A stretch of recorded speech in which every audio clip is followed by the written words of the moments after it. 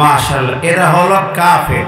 যেই জমানায় হোক, যেই নামধারী হোক, সে কোরআনের বিরোধী হলেই সে কাফের। 2 নম্বর হচ্ছে মুনাফিক কারা। আমি কোরআন দিয়ে বলছি, আমার নিজের কথা বলবো ইনশাআল্লাহ। হাদিস দলিল দিয়ে কিছু কথা হবে, মনোযোগ দিয়ে শুনবেন। আল্লাহ বলছেন সূরাতুন নিসা 61 নম্বরে, وَإِذَا قِيلَ لَهُمْ تَعَالَوْا إِلَى مَا أَنزَلَ اللَّهُ وَإِلَى الرَّسُولِ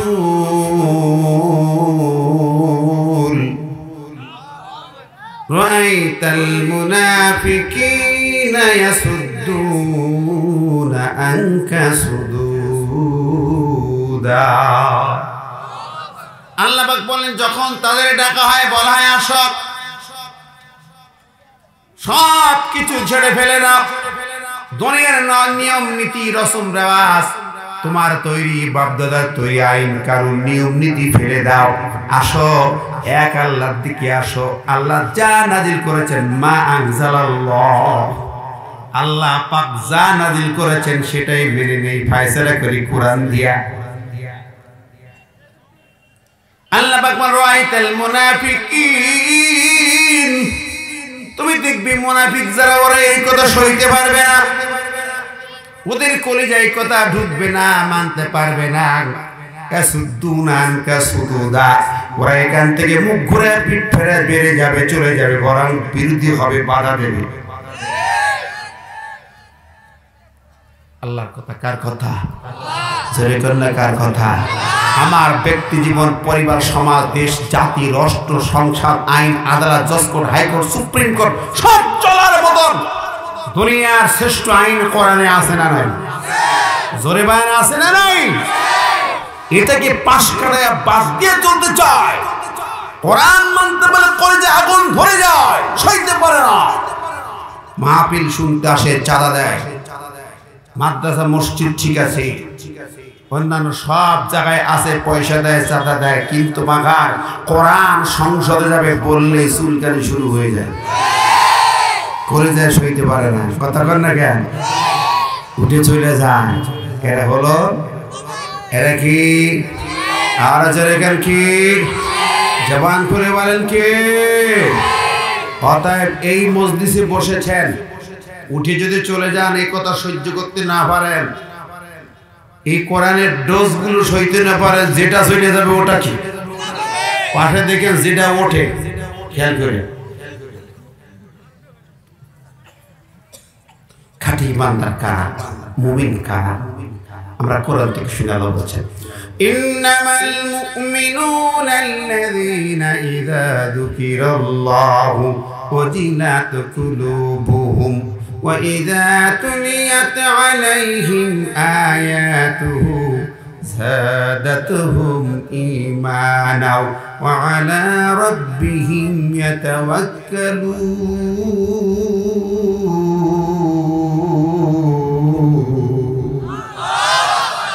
সূরাতুল আনফালের 2 নম্বরে আল্লাহ বললেন, মুমিন হলো তারা যাদের সামনে কোরআন তেলাওয়াত করা হয়, আল্লাহর নাম শুনলে দিলটা কেঁপে কেঁপে ওঠে, আর যখন কোরআন শোনানো হয় তাদের ঈমান আরো বেড়ে যায়। কোরআন শুনলে কি হয়? জোরে করলে কি হয়? ঈমান বেড়ে যায়। বন্ধুরা, আরেকটা কথা এই সাথে, তাহলে আমরা কোরআন শুনতে যারা এসেছি, তাফসীরুল কোরআন মাহফিল, কোরআন শুনবো, ঈমান বৃদ্ধি হবে, ঠিক না বেটি? যে কোরআনের মাহফিল তো আপনার এলাকায় বহুত হয়, হাজার হাজার মাহফিল হয়, কিন্তু বলতে পারবেন একটা কথা, কোরআন শোনার পরে, বোঝার পরে কি সিদ্ধান্ত নিয়ে বাড়ি যেতে হয়? এই মাহফিল শেষে কোরআনুল কারীমের আলোচনা শুনে কি সিদ্ধান্ত নিয়ে বাড়ি যাবে? এমন একটা কথা আল্লাহ কোরআনে বলেছেন, কারোর কাছ থেকে শুনেছেন? কোনোদিন শুনেছেন? শোনেন নাই? কোন তাফসীর মাহফিলে বলেন নাই কোন হুজুর? আয়াতটা একটু শুনেন তাহলে, নাকি শুনতে রাজি আছেন? কথা বলেন। কোরআনুল কারীমের কথা, আমার কথা না, আমি বলবো কোরআন থেকে, আমার বানানো কথা না ভাই, মন খারাপ করার কিছু নেই। তাহলে কোরআন থেকে শুনবো, যে কোরআন শুনে বাড়ি যাওয়ার সময় আপনি কি বলতে বলতে যাবেন, কি সিদ্ধান্ত নিয়ে যাবেন? আল্লাহর কালাম শুনে যদি না মানেন তো আপনার ব্যাপার। আল্লাহ বলছেন কোরআনের শ্রোতা কোরআন শোনার পরে কোন সিদ্ধান্ত নেই? আল্লাহ পাকের কালাম থেকে শুনি, মনোযোগ দিই। যারা এখন ভিতরে বাইরে আছেন দয়া করে আয়াতটা শুনুন, এবং কোরআন শোনার সময় কেউ অন্য মনোযোগ দেবেন না, অন্যদিকে খেয়াল করবেন না। আল্লাহ বলছেন وَإِذَا سَمِعُوا مَا أُنزِلَ إِلَى الرَّسُولِ تَرَى أَعْيُنَهُمْ تَفِيضُ مِنَ الدَّمْعِ مِمَّا عَرَفُوا مِنَ الْحَقِّ يَقُولُونَ رَبَّنَا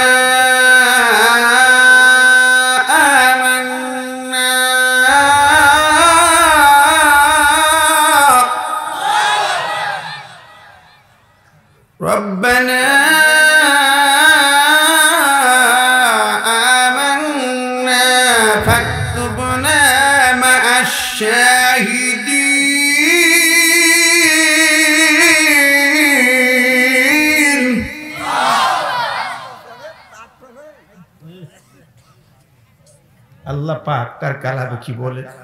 সূরাতুল মায়েদা ৮৩ নম্বর আয়াত, সপ্তম পারার প্রথম আয়াত। এর ভিতরে বাদশা নাজ্জাশীর ঐতিহাসিক ঘটনাও নিহিত আছে। আল্লাহ বলছেন যখন তারা শোনে, সামিউ বহু বচনের সিগা, যারা শোনে মা উনজিলা ইলার রাসূল, রাসূলের পরে যা কিছু নাজিল করা হয়েছে, তার মানে হলো কোরআন, ঠিক না বেঠিক? এই নাজিল করা কিতাবের আলোচনা তেলাওয়াত যখন শোনে, তারা আয়ুনাহুম, আমার আল্লাহ পাক বলেন তুমি দেখবি তাদের চক্ষুগুলো থেকে টপ টপ করে ঝরে ঝরে পানি পড়ে। মিম্মা আরাফু মিনাল হক, কারণ সত্যের পথ চিনার কারণে, সত্যের পথ জানা চিনার কারণে চোখে পানি আসে। জান্নাত জাহান্নামের বর্ণনা শুনে চোখে পানি আসে। বর্তমান দুনিয়ার হাল হাকিকাতের অবস্থার আলোকে দেখে চোখে পানি চলে আসে। আল্লাহ বলেন ইয়াকুলুনা, এরপরে তারা বলতে বলতে যাবে। ইয়াকুলুনা ফেলে মুজারে, জমা মুজাক্কার গায়ে ফেলে মুজারে যারা দেখতেছেন দেখেন ভালো করে। ইয়াকুলুনা বলতে বলতে যাবে, বলতে থাকবে, কন্টিনিউয়াস টেন্স চলমান থাকবে। কি বলবে? কোরআন শোনার পরে অন্তর শীতল হবে, চোখে পানি আসবে। আর কি বলবে? ইয়াকুলুনা রব্বানা আমান্না। দুটি কথা বলতে বলতে যাবে, দুটি সিদ্ধান্ত নিয়ে যাবে। এক নম্বর হচ্ছে রব্বানা আমান্না, ও আমাদের রব, আমান্না, যা শুনলাম তোমার কালাম তারপরে বিশ্বাস করলাম, যা শুনলাম তা বিশ্বাস করলাম। সূরা নূরের ৫১ নম্বর আয়াতে আছে আয়াকুল সামিনা ওয়া আতানা, তারা বলবে শুনলাম মেনে নিলাম। সুবহানাল্লাহ। প্রথম কথা, যা শুনলাম তা পুরোপুরি মেনে নিলাম, ঈমান আনলাম, বিশ্বাস করলাম। দ্বিতীয় কথা বলবে আল্লাহ ফাকতুবনা, উক্তুব ফেলে আমর, আল্লাহকে বলবে আল্লাহ উক্তুব, তুমি লেখো। বান্দা বলবে আল্লাহকে আল্লাহ তুমি লেখো আমার নাম, আমার নাম লেখো। কোথায় লিখবে? মা শাহিদিন, তোমার কোরআনের পক্ষে সত্যের সাক্ষ্যদানকারী যারা, সত্যের পথে সংগ্রামী যারা, সত্যের পথে জান দিয়ে শহীদ হলো যারা, সেই সত্যের সাক্ষ্যদাতা শহীদদের দলে আমার নামটা লিখে নাও। সবাই বলল না সুবহানাল্লাহ? আস্তে আস্তে বলেন সুবহানাল্লাহ। আস্তে একটু জোরে হলো না রে, কি কথা? মানতে রাজি আছেন? কথা কর না কেন?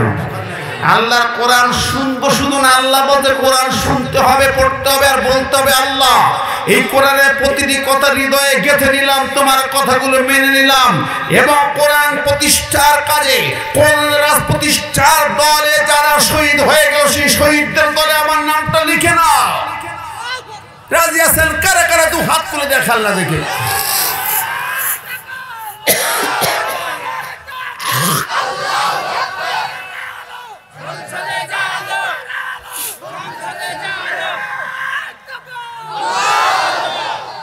আল্লাহ পাক কবুল করুন, আমিন। প্রিয় হাজিরিন, তাহলে আমরা কোরআন কারীমের জন্য জীবন্তী শহীদি দলে অংশগ্রহণ করলাম হাত উঁচু করে, ঠিক না বেঠিক? আল্লাহর জন্য, দ্বীনের জন্য যারা আল্লাহর কাছে দু হাত তুলে দেখায় আর সিদ্ধান্ত নেই, আল্লাহ কত খুশি হয় জানেন? ইয়াদুল্লাহ ফাওকা আইদিহিম, সূরা ফাতহ আল্লাহ বলেছেন আল্লাহর হাত বরকতের কুদরতের হাত, ওই হাতে আল্লাহ লাগায় দেন। জোরে বলেন না সুবহানাল্লাহ। সুতরাং কোরআন থেকে আজকের আমরা আলোচনা শুনতে এখানে বসেছি। আল্লাহ আমাদেরকে সেই ইমানদারদের শহীদি দলে কবুল করবেন। প্রিয় হাজিরিন, সমাজ, সময়, প্রেক্ষাপট সামনে রেখে অবস্থার আলোকে কথা বলা, অনেকেই সমাজের কথা আমার একটু আগে আমাদের একজন লিডার, মনে হয় সাবেক চেয়ারম্যান না, সায়েম সবুজ ভাই, উনি আছেন, উনি অনেক গুরুত্বপূর্ণ কয়েকটি সমাজের কথা বলেছেন। আলহামদুলিল্লাহ, তার হায়াত দারাজ করুন। আমার আরো কিছু ভাই বলেছেন সমাজে বিভিন্ন অনিয়ম অপরাধ আজকে চলছে, এগুলোর ব্যাপারে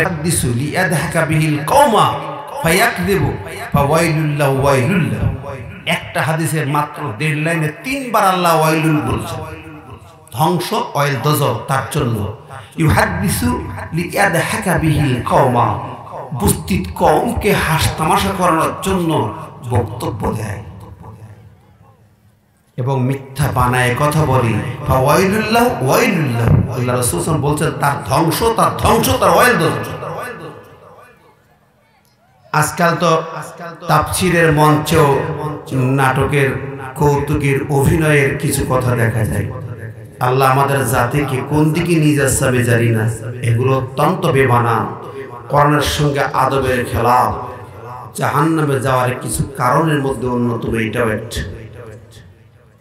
প্রিয় ভাইরা, তো আমি আপনাদের সামনে কোনো ভূমিকায় লম্বা কথা নাই, কোরআন দিকে শুরু করেছি, কোরআন হাদিসের আলোকে কথা বলে শেষ নামাতে চাই। যে আয়াতটা পড়েছি আপনারা পরিচিত একটি আয়াত, অনেকের কাছে পরিচিত। আল্লাহ বলেছেন যেহেতু মাসটা রজব মাস, কি মাস এটা? এই রজব মাস আসলে আল্লাহ নবী একটা দোয়া পড়তেন, জানেন সে দোয়াটা পড়েছেন? আল্লাহুম্মা বারিক লানা ফি রাজাব ওয়া শাবান ওয়া বাল্লিগনা রমাদান। কি বলেছেন সবাই? হে আল্লাহ, তুমি এই রজব মাসে, শাবান মাসে বরকত দান করো আর রমজান পর্যন্ত আমাদেরকে পৌঁছায় দাও। আমরা বলি আমিন। এই মাসের অনেক কাহিনী আছে, মেরাজ হয়েছিল। আমার দেশের মানুষ, আমরা এখন দেশ বিদেশ যাই, বিমানে চড়ে, রকেটে চড়ে অনেক দূরে যাই, চাঁদে যাই। আর আমার নবী 7 আসমান ভেদ করে গিয়েছেন বিনা রকেটে, নাকি? আল্লাহ পাক তা কবুল করেছিলেন, তিনি আমাদের জন্য দিয়ে গেছেন। কি দিয়ে গেছেন? আর তার সাথে আমাদের সম্পর্ক সংযোগের ব্যাপারে আল্লাহ পাক এই আয়াতে গুরুত্বপূর্ণ কথা বলেছেন। আমরা নবীর শানে একটু দরুদ পড়ি। বিশেষ করে আমি মদিনাতে আমার এই আলোচনাটা মেন, সেদিন একটা সেমিনারে বলছিলাম, কিছু মানুষ এসে নবীর রওজায় সালাম দিয়ে একটু দরুদ পড়ে দোয়া করে মনে করছে আমি জান্নাতে চলে গেছি। বাড়িতে ফিরে দেখা যায় তাগুতের রাস্তায় হাঁটে, নবীর রওজায় সালাম দিচ্ছে, চোখের পানি ফেলছে, দোয়া করছে, বাড়ি এসে তাগুতের রাস্তায় হাঁটছে। আছে না নাই? বহু মানুষ আছে। তো এখন আল্লাহ পাক কি বলছেন, আমি ওই সেমিনারে বলতেছিলাম আয়াতটা দিয়ে। আল্লাহ বলছেন কুল ইন কুনতুম তুহিব্বুনাল্লাহা ফাত্তাবিউনি ইউহিব্বুকুমুল্লাহ ওয়া ইয়াগফির লাকুম যুনুবাকুম আল্লাহু গফুরুর রহিম।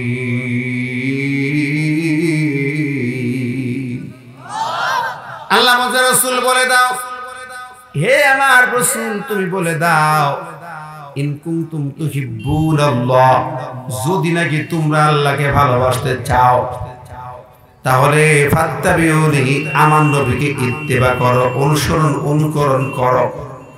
ইউহিব্বুকুমুল্লাহ, বলে স্বয়ং আল্লাহ তোমাদের ভালোবাসবেন। এই আয়াতে দেখা যায় ভালোবাসার কথাও আছে না নাই? আল্লাহ ভালোবাসবেন, ওয়া ইয়াগফির লাকুম যুনুবাকুম, তোমাদের গুনাহ খাতাগুলো মাফ করে দেবেন।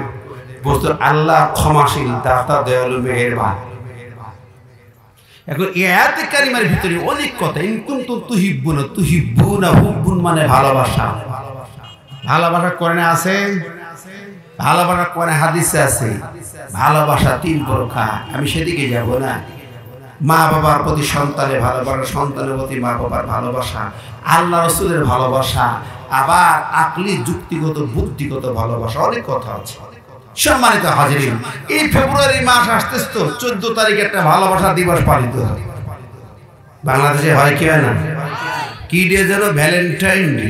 হ্যাঁ, বিশ্ব বেহায়া দিবস, নোংরা দিবস। কি বলেন, ঠিক কিনা?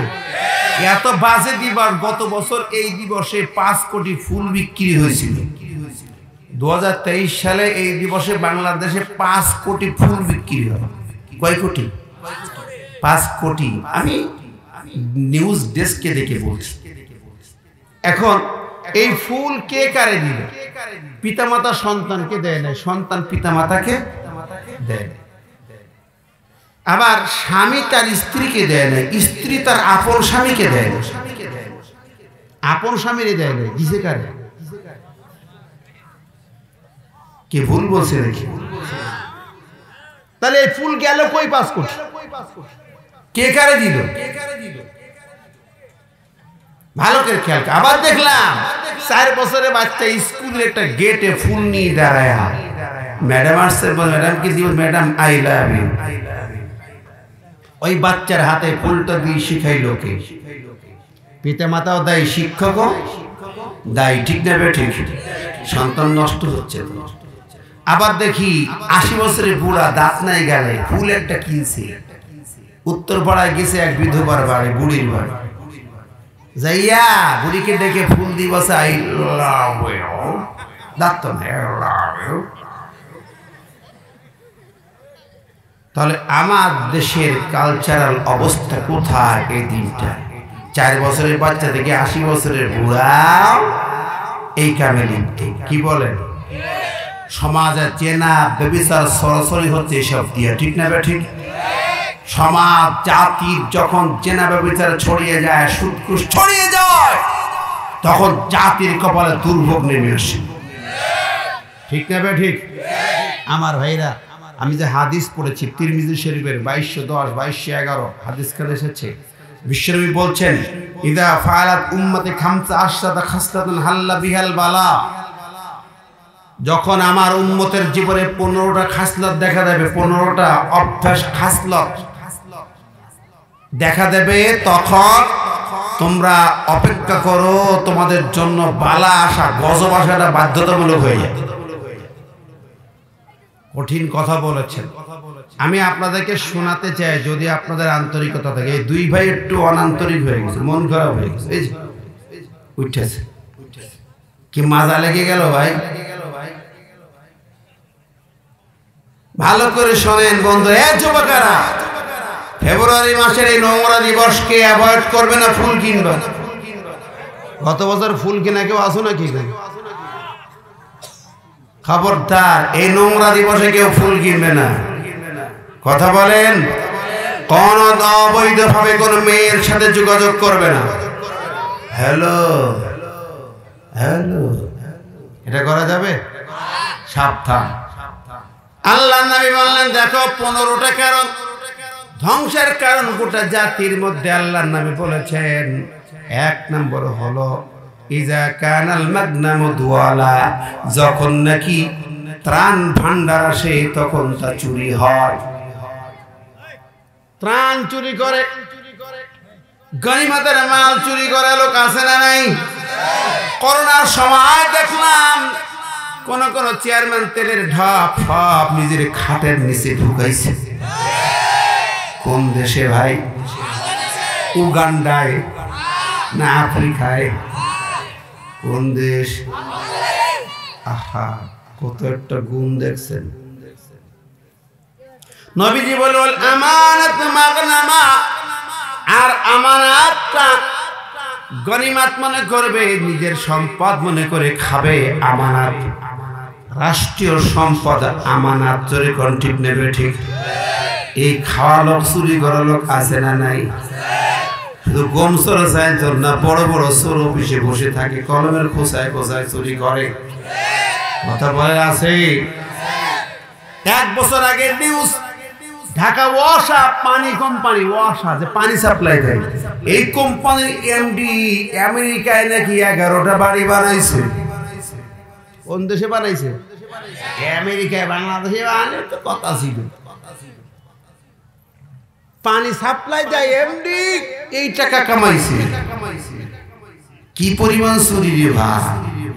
এবার পানি বাদে খাদ্য, অন্যান্য জিনিস যদি সাপ্লাই যারা যারা দেয়, দেশের কোম্পানি দেশে আছে, রড, সিমেন্ট, ইলেকট্রনিক জিনিসপত্র যা দেয়, তাহলে সেখানে কি পরিমাণ চুরি হয়? কথা বলেন, চুরি আছে না নাই? যেখানে আছে না নাই? অফিসের পিয়ন ঢাকা শহরে বাড়ি করে, অফিসের পিয়ন, অফিসের কেরানি বহির্বিশ্বে বাড়ি করে।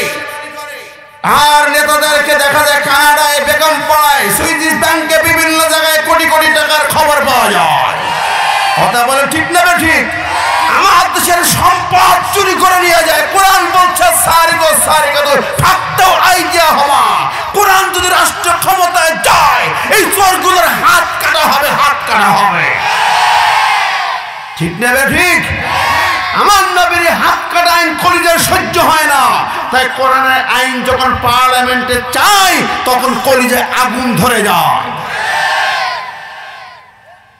আমার ভাই ও বন্ধুরা, বিশ্বনবী বলেছেন, আমার কথা নয়, নবীজি শুধু তাই না, যাকাত মা হারামা, যাকাত আদায় হবে না, যাকাতকে জরিমানা মনে করবে। 3 নম্বর পয়েন্ট।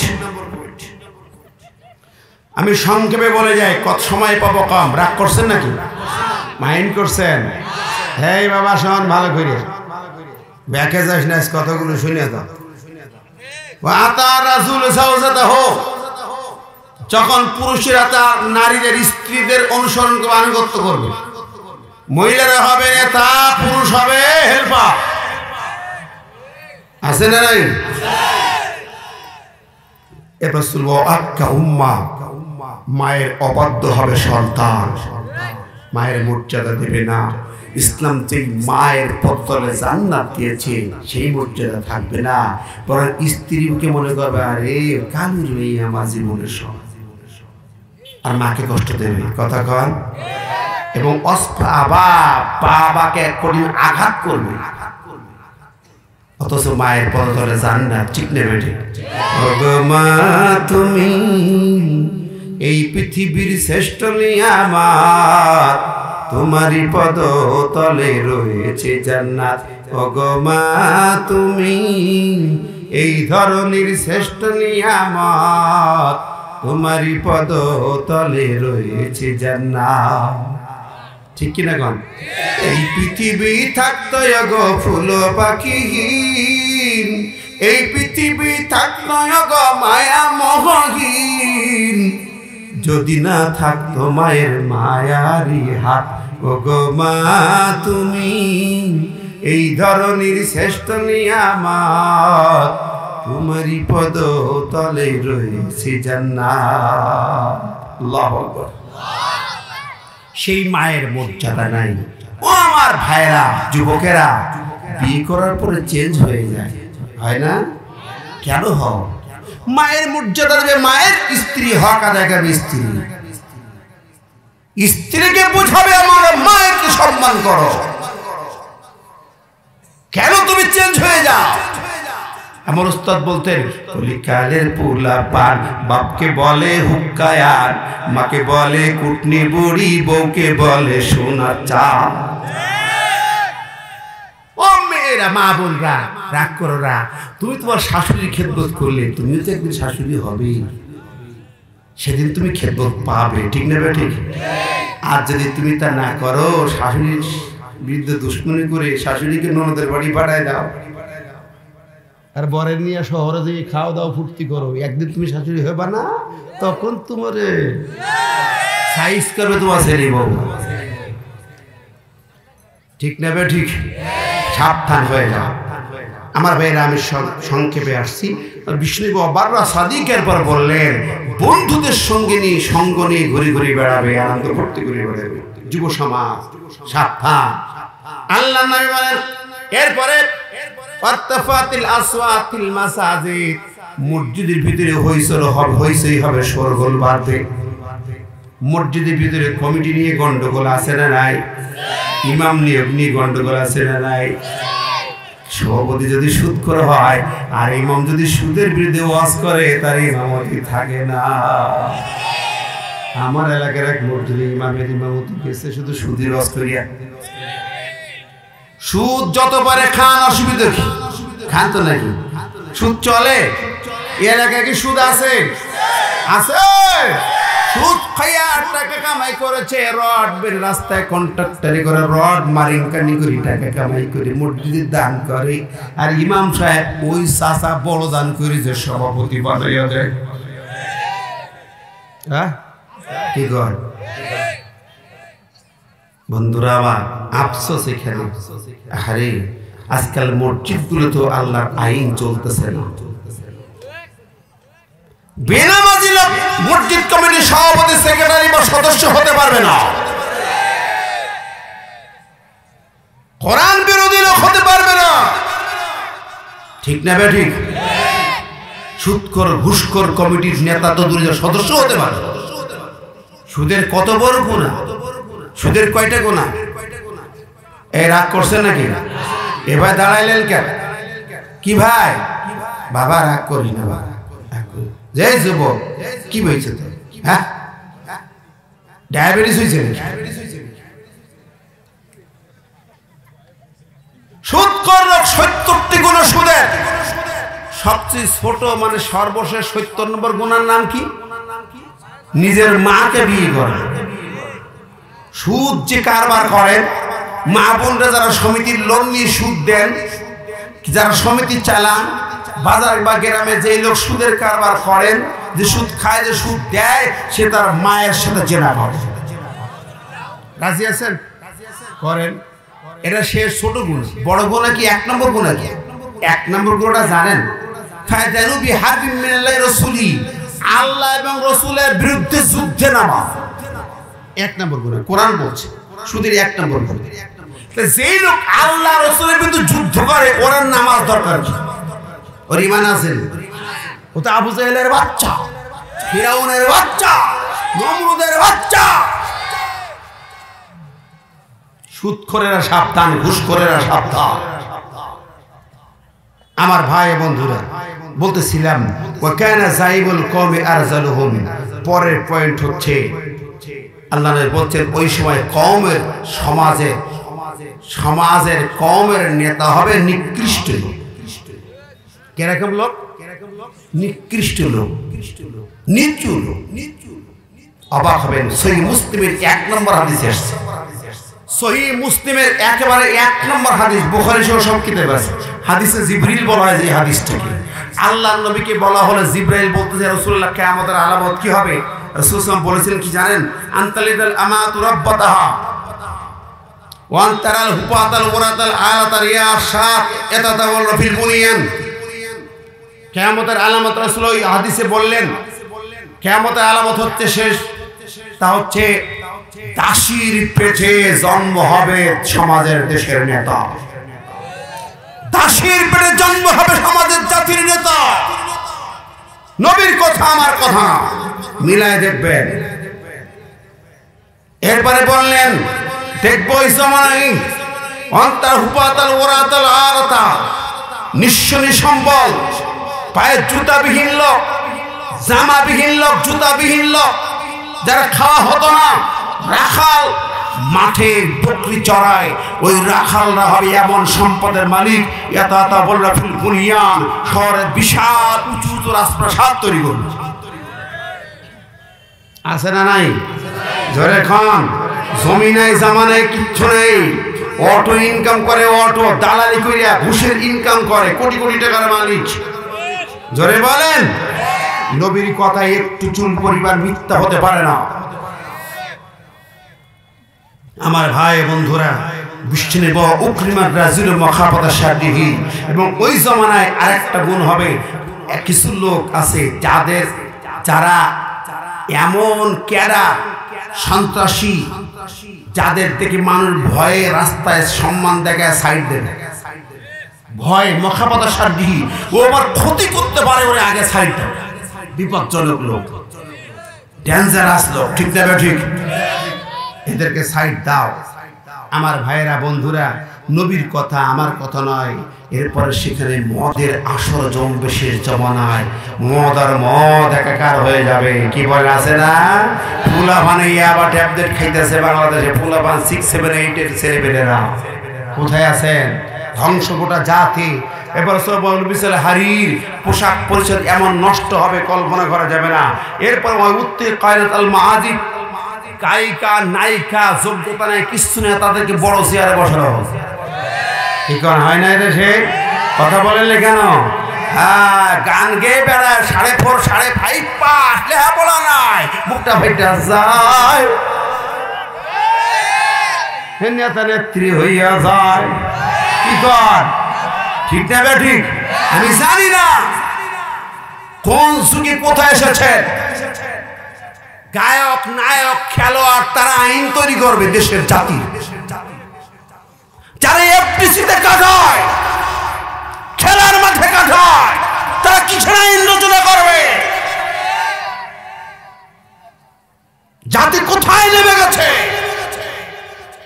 আমার ভাই বন্ধুরা, একথা বললেই বলবে হুজুর রাজনীতি করবেন না। কি কন? রাসূলের হাদিস বলে যাচ্ছে, যখন জাতি এই কাজগুলো করবে, এরকম পরিবেশ তৈরি হবে, সীমাহীন অন্যায়, দুর্নীতি, অপরাধ, আকাম, ফসলিয়ত, বেহায়াপনা ছেয়ে যাবে, তখন আল্লাহর গজবের অপেক্ষা করে রাসূল বলেছে। আমার বন্ধুরা, আমি আপনাদের সামনে সেই হাদিসের কথা বলছি। আল্লাহ আমাদেরকে হেফাজত করুক, আমরা বলি আমিন। বর্তমান কালে দেখছেন ট্রান্সজেন্ডার, আপনার সন্তান কি করে শিখবে? শিক্ষা বই পুস্তক নিয়ে কি হচ্ছে? ক্লাস 7 শরীফ থেকে শরীফা হচ্ছে। আমি মনে মনে ভাববো আমি মাইল হয়ে গেছি, আমি মনে মনে ভাববো আমি পুরুষের মতো চলি। আছে না? পুরুষ মেয়ে সাজছে, মেয়ে পুরুষ সাজছে বর্তমান কালে। কি কন? এর সম্পর্কে একটা হাদিস বলছে বুখারীর 5885 নম্বর হাদিস, 5885 নম্বর বুখারী শরীফের।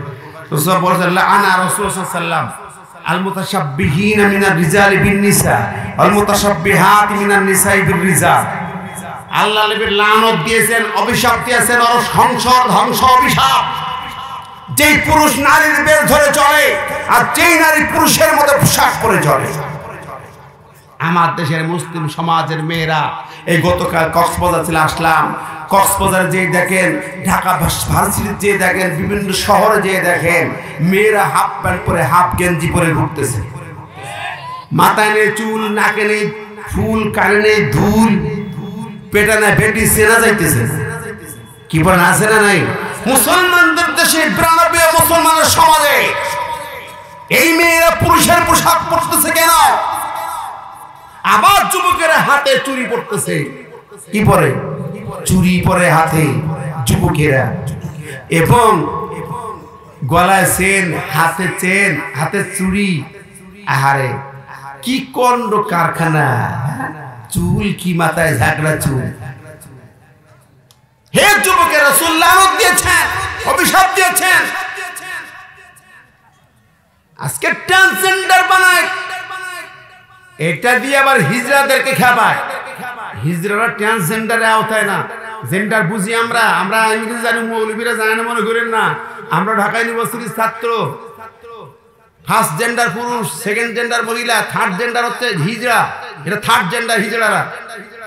ট্রান্সজেন্ডার আলাদা জিনিস। ট্রান্সজেন্ডার হচ্ছে পুরুষ হবে, নারীর বেশ ধারণ করবে, নারী পুরুষের বেশ ধারণ। এটা ট্রান্সজেন্ডার। বুখারী যে হাদিসটা বললাম, এটা ভাবার সুযোগ নাই। অতএব ট্রান্সজেন্ডার নিয়ে শরীফ থেকে শরীফ হয়ে যাবে। এই জাতীয় বিদ্যা শিখায়া আমার গোটা জাতির সমাজকে, যুব সমাজকে, যুবকদেরকে ধ্বংস করা হচ্ছে। কথা বলে ঠিক না ঠিক? এই ট্রান্সজেন্ডারের এই সেশন আমরা মানি না। আমরা এই সমাজকে ধ্বংস হতে দিতে পারি না। অতএব ট্রান্সজেন্ডারের পক্ষে যারা সমকামী, এরা বেয়াদব, এরা মুসলমানের বাচ্চা হতে পারে না। নারী নারী বিয়া, বেটায় বেটায় বিয়া। এটা ট্রান্সজেন্ডারের মূল ফলাফল আমার ভাই ও বন্ধুরা।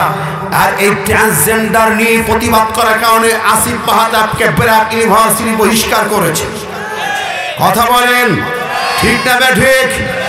এত বড় মহা অন্যায় করেছে। এই যুবক শিক্ষককে ধন্যবাদ, সে তাদের প্রতিবাদ করেছে, ঠিক না ঠিক? কুশিক্ষার প্রতিবাদ করেছে, আমরাও তো প্রতিবাদ করি। এখন আমরা দেখতে পাই ক্লাস 2-তে নবীর জীবন ছিল, এখন নাই। ক্লাস 3-তে আবু বকরের জীবন ছিল, এখন নাই। ক্লাস 4-এ ওমরের জীবনী, এখন নাই। ক্লাস 5-এ নবীর বিদায় হাজার ভাষণ ছিল আগের বইতে, এখন নাই। ক্লাস 6-এর বইতে শারীরিক শিক্ষা নামের বইতে যৌন সুশ্রী দেওয়া হচ্ছে। ক্লাস 7-এর বইতে ট্রান্সজেন্ডার শেখানো হচ্ছে। ক্লাস 9-এর যে ডারউইনের বারণ থেকে মানুষ তৈরি শেখানো হচ্ছে। কি এগুলো কারে বলে? এগুলো কি শেখানো হচ্ছে? এই শিক্ষা নীতি কোত্থেকে নাজিল হলো? মাদ্রাসার বইতে দুর্গার ছবি দেখা যায় কেন? কথা বলেন না কেন? আছে না নাই?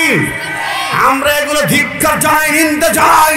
ওই ব্রাহ্মণ্যবাদী শিক্ষা, ওই ভারতের গোলামীর বই বাংলার জমিনে মুসলমানদের কাছে চলতে দেওয়া হবে না, হবে না, হবে না। রাজি আছেন না? দু হাত তুলে দেখান।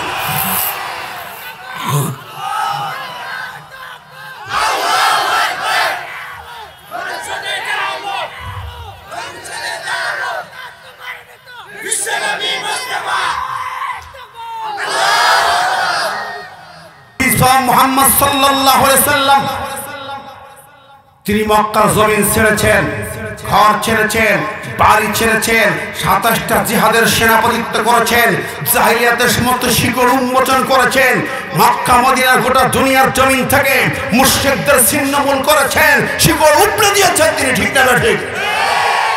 আপনি মুসলমান, সেই নবীর জীবন মানেন না, নবীর উপর দরুদ পড়ে দোয়া করেন, মিলাদ পড়েন, অত নবীর জীবন বললে কলিজা আগুন ধরে যায়। সাবধান হন, সুজা হন, কোরআন শুনুন। ফাত্তাবিউনি, ইত্তেবা করতে হবে। এই আয়াতে আল্লাহ কি বলেছেন? আল্লাহকে ভালোবাসতে চাইলে ফাত্তাবিউনি, আমার নবীকে অনুসরণ করো। ইত্তাবিউ ফেলে আমল, এই শব্দটার ব্যাখ্যা শুধু যদি করা হয় গোটা কোরআনের কয়েকশো আয়াত আসবে। ইত্তাবিউ, ইত্তিবা, ইত্তিবার মূল অক্ষর তাবুন, তা বা আইন। আল্লাহ বলেন অর্ডার করে অনুসরণ করো, এর ভিতরে যান তা বা আইন, তিনটি হরফ দিয়ে যে অক্ষরটার মানে হচ্ছে মাওদাউল কদামাইন। তাবুন মানে মাওদাউল কদামাইন। লিসানুল আরব ডিকশনারি, মৌজুমুল ওয়াসিত ডিকশনারি দেখুন আরবি অর্থটা কি। তার মানে হচ্ছে আপনি যখন রাস্তায় হাঁটবেন, দুই কদমের, দুই পায়ের মধ্যবর্তী ডিস্টেন্সটাকে তাবুন বলা হয়। তাবুন, দুই পায়ের মধ্যবর্তী ডিস্টেন্স। তাবুন থেকে ইত্তেবা, তোমার সামনে নবী হাঁটবেন, নবীর কদম যেই ডিস্টেন্সে নবী হাঁটছেন তুমি একই ডিস্টেন্সে পিছনে হাঁটবে, এটার নাম ইত্তেবা। নবী যদি 10 ইঞ্চি ডিস্টেন্সে হাঁটেন, তুমি 10 ইঞ্চি, 11 ইঞ্চি ডিস্টেন্সে হাঁটলে আগে চলে যাবে, 9 ইঞ্চি হাঁটলে পিছনে পড়ে যাবে। সমানভাবে তার কদমে কদমে, চলনে বলনে, বক্তব্য বিবৃতিতে অর্ডার যা হুবহু মানতে হবে, এটার নাম ইত্তেবা। আল্লাহ সে ইত্তাবিউনি বলেছেন। আপনি কি মনে করেন আমি মদিনায় সেদিন এই বক্তব্যটা মদিনা ভার্সিটি স্যারদের কাছে আলোচনা হলো এটা নিয়ে। বিশ্বনবী একদিন মা ফাতিমাকে ডাকলেন, হাসান হুসাইন আলী আয়েশা সবাইকে ডেকে এক জায়গায় বসালেন নিজের ঘরে। আহলে বাইতকে ডেকে বলল, আহলে বাইত চলো, তোমাদের উদ্দেশ্যে আল্লাহ পাক একটা আয়াত নাযিল করেছে, ভালো করে শুনবেন কথা, খুব মনোযোগ। আমরা যারা মনে করি অন্য বিশ্বাসে চলি, একটু ভেবে দেখুন। বিশ্বনবী মা ফাতিমাকে ডেকে, হাসান হুসেনকে ডেকে, আলী বাইতকে ডেকে বলতেন, শোনো শোনো মা ফাতিমা, আমার কলিজার টুকরা ফাতিমারে শোনা। মনে করতে পারো বিশ্বনবী আমার বাবা, আমার তো কোনো টেনশন নাই, আমার জান্নাত অবধারিত, আমার বাবা আমাকে যা ভালোবাসেন আমাকে না নিয়ে জান্নাতে যাবে না, এই আশা করতে পারো, কিন্তু হবে না। ওই হাসান হুসাইন রে, কলিজার টুকরা হাসান হুসাইন নাতিদেরকে এত ভালোবাসতেন যার কল্পনা করা যায় না। নবীজি সিজদায় হুসাইন মাথার পরে বসেছেন, এসে নবী সিজদা থেকে ওঠেন না, দেরি করেন, যতক্ষণ হুসাইন নড়ে না নবী সিজদা থেকে ওঠে না। কি বলেন, ঠিক না ঠিক? হুমা সাইয়্যিদা শাবাব আহলিল জান্নাহ, জান্নাতের যুবকদের সর্দার। নাতিকে এত ভালোবাসতেন, সেই নাতি দুইজনকে বলতেছেন, ও আমার নাতিরি, তোরা মনে করো না নানা জান তোমাদের জন্য সব করে ফেলবেন, তোমরা নবীর নাতি, তোমাদের কোনো টেনশন নাই, ভেবো না। তোমাদের শানে আয়াত নাজিল হলো সূরা হাকাবের আয়াত, কুল মা কুনতু বিদআম মিনার রুসুল ওয়া মা আদরি মা ইফআলু বি ওয়ালা বিকুম ইন আত্তাবিউ ইল্লা মা ইউহা ইলাইয়া ওয়া মা আনা ইল্লা নাযীরুম মুবিন। আল্লাহ বলেন, দেখো ও নবীর শোনো, তুমি নতুন রাসূল নন, পৃথিবীর ধারাবাহিকের আদম থেকে পর্যন্ত সব নবী রাসূলের জন্য যা অর্ডার তোমার জন্য তাই। শোনো নবী, বলে দাও, ওমা আদরি মা ইফআলু বি। নবী বলেন, ফাতিমা আমি নবী মা আদরি, আমি জানি না কাল হাসরের ময়দানে, কঠিন মুসিবতের ময়দানে তোমাদের সাথে কি আচরণ হবে আমি নবী কিন্তু বলতে পারি না। আমি কিছুই জানি না, কিছুই বলতে পারি না,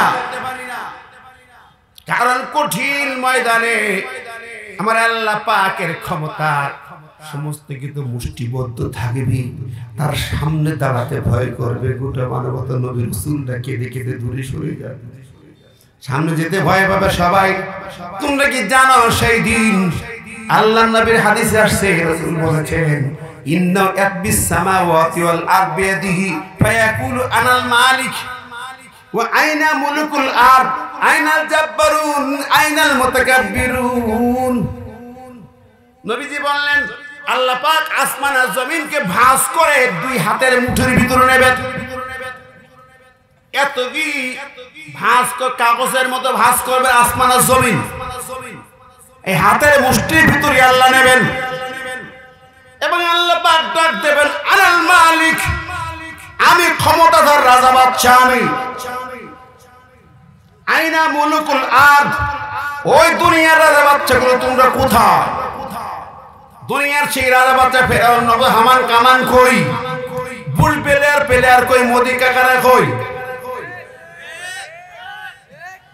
আইনাল জাব্বারুন, সেই স্বৈরাচারগুলো কোথায়? যাদের পদবারে জমিলকে বেছে যাকে খুনি তাকে ধরেছে আর গ্রেফতার করেছে, মিথ্যা মামলা দিয়ে জেলখানায় ঢুকিয়েছে। কথা বলেন ঠিক না ঠিক? যার ইচ্ছা তাই করেছ, ক্ষমতার মালিক মনে করেছ, সেই স্বৈরাচারগুলো কোথায়? আল্লাহ ডাক দেবেন, কোথায় স্বৈরাচারী, কোথায় অহংকারী, কোথায় ক্ষমতার দাপট, সামনে এসে দাঁড়া। কারো সারা শব্দ পাওয়া যাবে? জোরে বলেন, পাওয়া যাবে নাকি? আসলে ক্ষমতার মালিক কে? একটু জবান করে বলেন না কে? ঠিক না বে ঠিক না? পাবলিক আজকে ক্ষমতা আছে দেখান, বাহাদুরি দেখান, না না, আমার আল্লাহ যদি চায় তোর এক সেকেন্ডেই তলা করে দেবে, টের পাবি না। কথা বলেন ঠিক না? আল্লাহর ক্ষমতা কদ্দুর তুমি দেখো নাই, ইতিহাসের পাতা পড়ো নাই। ফেরাউনের মতন মহা ব্যক্তি, বিশাল ব্যক্তি, 400 বছর রাষ্ট্র চালাইলো, ক্ষমতা চালাইলো। বনি ইসরাইলের 80,000 মায়ের কোলে শিশুকে জবাই করলো। বনি ইসরাইল গোত্রে 80,000 পুত্র সন্তানকে জবাই করেছে ফেরাউন। একটা দুটা মায়ের কোলে সদ্য প্রসূত সন্তান জন্ম নিলেই জবাই করেছে। এই ফেরাউনের ক্ষমতা দাপট দেখালো কত, শেষ পর্যন্ত কোথায় চলে গেল? সাগরের বুকে যখন ডুবে যায়, আল্লাহ পাক সাগর দেখেন, সে বলতো, কোরআন বলেছে, ফেরাউন বলেছে, আলাইসা লি মুলকা মিসরা ওয়া হাযিল আনহারু তাজরি মিন তাহতি।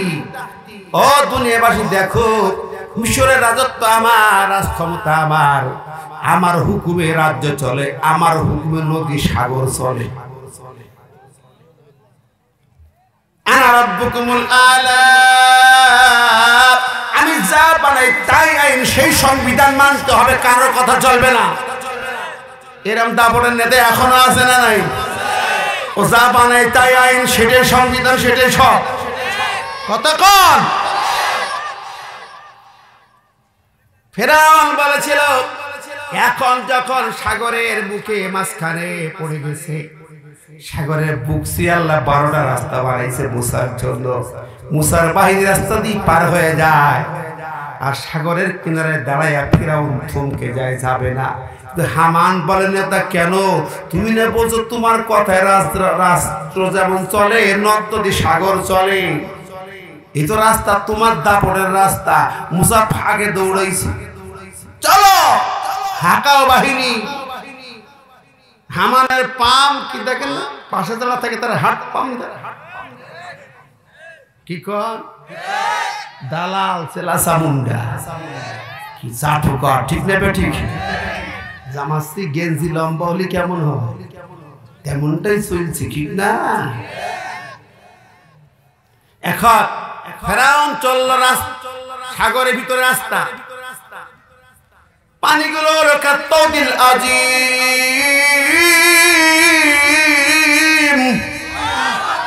12টা রাস্তার মাঝখানে পানি, পাহাড়ের মতো পানি উঁচু হয়েছে, নিচে খটখটি রাস্তা, পানি উঁচু, খটখটি রাস্তা ফাঁকে,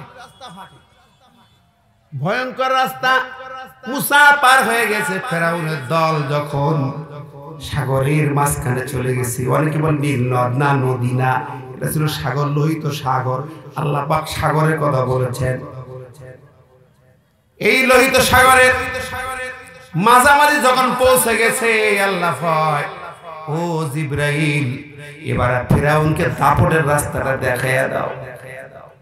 দাপটের রাস্তা দেখাও, ক্ষমতা কদ্দুর একটু দেখায় দাও, পানিকে মিলাইয়া দাও।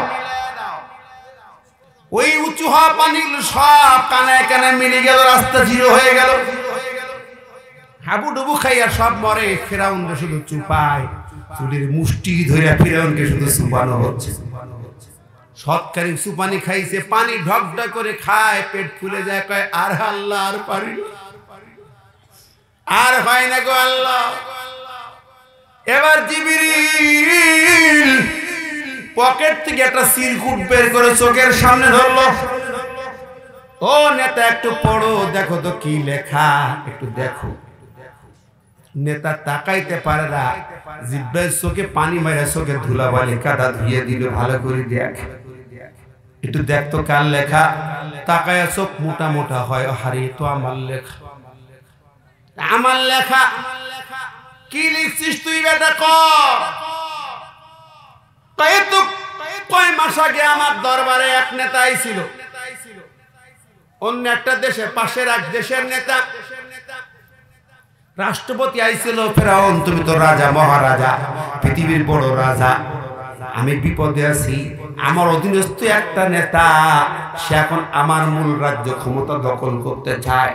অথচ জন্মের পরেই ওই নেতাটাকে আমি খাওয়ায়া পড়াইয়া মানুষ করেছি, ওকে আমি লিডার বানিয়ে দিছি, এলাকার আঞ্চলিক নেতা বানিয়ে দিছি। এখন ও বিদ্রোহ করে আমার মূল রাজ ক্ষমতা কেড়ে নিতে চায়, আমার রাজ্য ক্ষমতা কেড়ে নিতে চায়। হ্যাঁ, এত বড় কথা, এত বড় গাদ্দার, এত বড় বেঈমান। বলে হ্যাঁ। ও ফেরাউন, একটু পরামর্শ দাও, এখন আমি কি করতে পারি? ফেরাউন ওকে পরামর্শ দিচ্ছে, শোনো, যাকে জন্মের পর থেকে তুমি খাওয়ায়া পড়ায়া মানুষ করেছো, একটু ক্ষমতাও খানিকটা দিছো, এখন তোমার মূল ক্ষমতা কেড়ে নিতে চায়। এর মতো গাদ্দার, বিশ্বাসঘাতক কেউ নেই। ওর শাস্তি হলো সাগরের মাঝখানে নিয়ে যে ওকে সুপায়া সুপায়া মারো। কে বলছে? ফেরাউন ফতোয়া দিচ্ছে, ফেরাউন নির্দেশিকা দিচ্ছে। ওই নেতা কয় রাইট, নেতা খুব ভালো কথা, গুরুত্বপূর্ণ কথা, ওকে আমি সাগরের মাঝখানে সুপায়া মেরে দেব, কিন্তু এই কথাটা আপনি একটু লিখে দিলে আমার উপকার হতো। ঠিক আছে, দাও, কাগজ কলম দিল, লেখো। ফেরাউন লিখলো কথাটা, লেখার পরে ওই নেতা নিয়ে বলছে ফিরাউন আমি তো এগোকে নিয়ে গেলাম সাগরের বুকে সুপায় সুপায় যখন মারবো ও আমার 2 পা চড়াইয়া মাপ চাইতে পারে তওবা করতে পারে মাপ চাইতে পারে 2 পা চড়াইয়া তখন কি করা যাবে ফেরাউন বলল না ওর মাপ হবে না এত বড় গাদ্দার ওর মাপ হবে না তাহলে কি করব চুপায়া মারবা যদি কথা বলে মাপ চাইতে থাকে কথা বলে কাকুতে বিনতি করি সাগরের নিচ থেকে কাদা বালু দিয়া ওর মুখের মধ্যে পুরি পুরি গেদে গেদে মুখটা বন্ধ করে দেবা ওই আগন্তুক নেতা বলল নেতাজি রাজা মহারাজার এই কথাটা একটু লিখে দেন তো আমার কাজে লাগবে লিখলো ফেরাউন লেখার পরে ওই নেতা বলে বিরাজারে আপনার হাতের এই লেখা আমার জন্য অলংকার আমার জীবনে আমার এটা বহুত ফায়দা দেবে কাজে লাগবে কিন্তু যদি আপনার নিচে একটু সিল থাকতো স্বাক্ষর থাকতো বড় কাজে লাগতো একটা সিগনেচার দিয়া একটু সিল মাইরা দেয় ফেরাউন তাও করে দিল সিগনেচার করে দিল সিল মাইরা দিল ওই কপিটা ওই আগন্তুক তার কেউ না উনি ছিলেন হযরত জিবরিল আমিন মানুষ নামের নেতার রূপ ধরে তার কাছ থেকে এটা লিখে নিল সিগনেচার করাই নিল ওইটা রেখে আল্লাহ কয় রেখে দে যত্ন কইরা যেদিন সুপাবি সেই দিন যখন কাঁদবে আর মাপ চাইবে তখন তার মুখের সামনে তুলে ধরবি আল্লাহু আকবার ফেরাউনের চোখের সামনে এবার ধরা হয় কোথায় গেল ক্ষমতা ওর ফতোয়া দিয়ে ওরে মারা ঠিক নেবে ঠিক কথা কন লেখেন তুমি যখন প্ল্যান করো কাউকে বিশ্বাসঘাতক বলে আল্লাহ জানাইলে জিবরিল জানাইলে ওরে ফেরাউন রে তোর জন্মের পর যে আল্লাহ তোকে মানুষ করে যে খাওয়ায়া পড়ায়া নেতা বানাইছে তোকে তো আল্লাহ বানাইছে আল্লাহ মানুষ করছে আল্লাহ বাঁচাই রাখছে আল্লাহ ক্ষমতা দিছে বিশ্বাস হয় না না সেই আল্লাহ দিছে তুই তার সাথে গাদ্দারি করে আনা রব্বুকুমুল আলা আমি বড় আইনদাতা বিধানদাতা হুকুমদাতা যা ইচ্ছা তাই করবো আজকে দেখ আল্লাহর ক্ষমতা কর দূর লিমানিল মুলকুল ইয়াউম আজ ক্ষমতা কার ক্ষমতা কার পাওয়ার কার রাজ্য কার রাষ্ট্র কার আইন চলবে কার আল্লাহ কয় আল্লাহুল খলকুল আমরু সৃষ্টি যার আইন হবে ঠিক না বেঠিক ইনিল হুকমু ইল্লা লিল্লাহ আল্লাহর রাজ্যে আল্লাহর হুকুমত চলবে কোনো বাপ দাদার আইন চলতে পারে না ঠিক না বেঠিক বাবার শব্দ বাবার আইন তোর নিজের তৈরি আইন চলতে পারে না এই রাষ্ট্র আল্লাহর রাজ্য আল্লাহর আইন চলবে আল্লাহ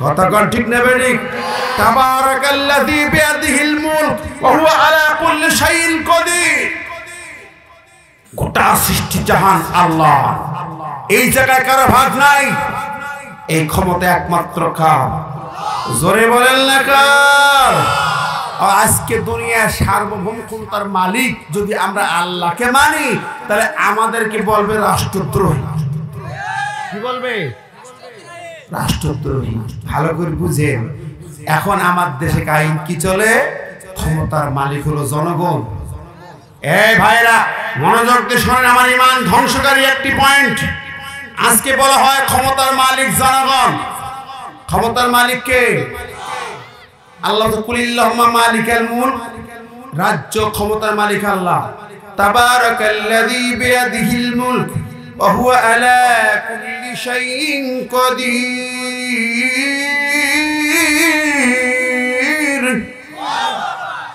এই রাষ্ট্র রাজ্য আল্লাহর ক্ষমতার মালিক আল্লাহ সার্বভৌম ক্ষমতার মালিক আল্লাহ আর আপনার দেশের রাজনীতির বিভিন্ন স্লোগান হচ্ছে জনগণ ক্ষমতার মালিক এখন বলেন কোনটা আপনি মানছেন এই সমাজ দেশের নাগরিক হয়ে আপনি কোনটা মানছেন আল্লাহর সার্বভৌম ক্ষমতার মালিক আল্লাহকে মানেন না আপনি জনগণের থিওরিটাই মানতেছেন চলমান রাজনীতির থিওরি সেটাই মানতেছেন, কোরআনের বিরোধী পুরো স্লোগানটা, এবং ওটা শীত ওই স্লোগান যারা মনের প্রাণে মেনে নিছে তারা মুশরিক হয়ে যাবে। তারা কি হবে? জোরে কল না, আরো জোরে বলেন। তাম পৃথিবীর ক্ষমতার মালিক, একচ্ছত্র মালিক আল্লাহ, আর কেউ নেই, আর কেউ নাই, কোন ভাগীদার নয়। ওলামে কুল্লু শারিকুল ফিল মুলক, মানে আল্লাহ বলছে আমার ক্ষমতায় কোনো অংশীদার নাই। ক্ষমতা দরকারে দেখেছেন, কত ক্ষমতা মালিক দেখেছেন এই পৃথিবীর জমিনে।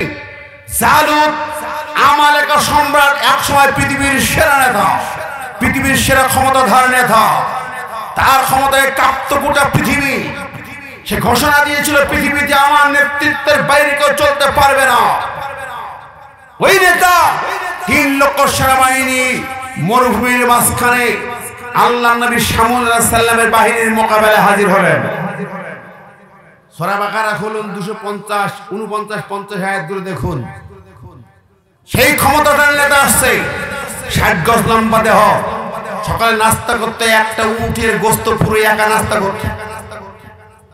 যুদ্ধের মাঠে 80 টন ওজনের হেলমেট। এই নেতা ঘোষণা দিয়েছে, মুসলমান তোমরা সবাই মিলে আমার সামনে আসবে, তোমরা সবাইকে হত্যা করে তারপর আমি সকালে নাস্তা খাবো। মুসলিম বাহিনীকে আল্লাহ নদীতে পরীক্ষা নিয়েছেন, মুনাফিক ছাড়াই বাছাই করে নিয়েছেন। 80,000 মুসলমানদের বাহিনী ছিল, নদীতে আল্লাহ পরীক্ষা করে ছাড়াই বাছাই করলো। তাফসীর ইবনে কাসির বলছে 4000 বেশি ছিল, আর অন্য কেতাবে আসছে বদর যুদ্ধের সমান 313 জন ছিল। সুস্থ 313 জন বদর যুদ্ধের সমান। এই 313 জন মাত্র। এরা বলছে দেখো আজকে আমাদের আর যুদ্ধ করা হবে না। কেউ কেউ বলছে মাত্র 3 লাখ সেনাবাহিনী কিনে যুদ্ধ করবো। আল্লাহ বললেন না, কাম মিন ফিয়াতিন কালিলাতিন গালাবাত ফিয়াতান কাসীরাতান বিইযনিল্লাহ। সংখ্যা যতই কম হোক ওদের মোকাবেলা জয়ী হবে। জোরে বলেন সুবহানাল্লাহ। আল্লাহ যদি ইচ্ছা করেন। ভাইরা আমার, কঠিন যুদ্ধের মাঠ। ওই নেতা ঘোষণা দিয়েছে আগামীকাল সকালে যুদ্ধ, মুসলমানরা সবাই আসবে, সবগুলোকে আমি একসাথে দলা করে হত্যা করে শেষ করে দেবো, তারপর নাস্তা খাবো। উটের গোস্ত বাগানো হচ্ছে। 3 লক্ষ সেনাবাহিনী বলে তোমরা ঘুমাও, তোমাদের লাগবে না। সূর্য উদয়ের অনেক আগেই মরুর মাঝখানে হাজির নেতা হুঙ্কার দিচ্ছে, আসো মুসলমানেরা। আর মুসলিম সেনাপতি তালুত সার ভোরে ফজরের নামাজ পড়ে বলছে, সৈনিকরা তোমাদের মধ্যে কে আছো জালুতের মোকাবেলা করতে পারবে? ওই 313 জনের ভিতরে একটা ছোট্ট বালক ছিল, মাত্র 12 বছরের মতো বয়স। বালকটা উঠে দাঁড়ায় বলে, তা আমাকে অনুমতি দেন, আমি যথেষ্ট মোকাবেলা করার জন্য। জোরে বলেন না সুবহানাল্লাহ, আর জোরে বলেন না সুবহানাল্লাহ। ছোট্ট বালক দাঁড়াইছে। অন্য নেতারা বলেন, না না না লিডার, সেনাপতি আপনি এই কাজ করেন না। ওই বাচ্চা যুদ্ধ বোঝে না কার সামনে যাবে। এই পৃথিবীর কোন বীর মহাবীর যার সামনে যাই আর ফিরে বাড়ি যায় না, সেই জালুতের কাঁপানো তরবারির সামনে থেকে কেউ ফেরে না, কল্লা ফেরে না। তার সামনে ছোট্ট বাচ্চা পাঠাবে, এটা ঠিক হবে না।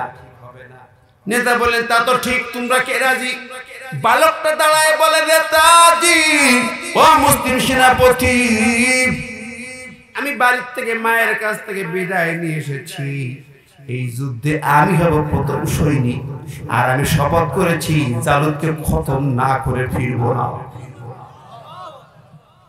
আরে ছোট্ট বাচ্চা এমন কথা বলে কল্পনা করা যায় না। শপথ করেছি। সহিহ বুখারীর ভিতরে পড়েছি আমি একটা হাদিস। এবারে বদর যুদ্ধের হাদিসটা আমি শুনে, বদরের ময়দানে আমার সাথীদেরকে গত কয়েকদিন আগে হাদিসটা শুনাইলাম। গত 24 তারিখে বদরের মাঠে সুহাদায়ে বদর যেখানে আছে, ওই বদরের শহীদ চত্বরে দাঁড়ায় হাদিস কারা শুনাইছিলেন।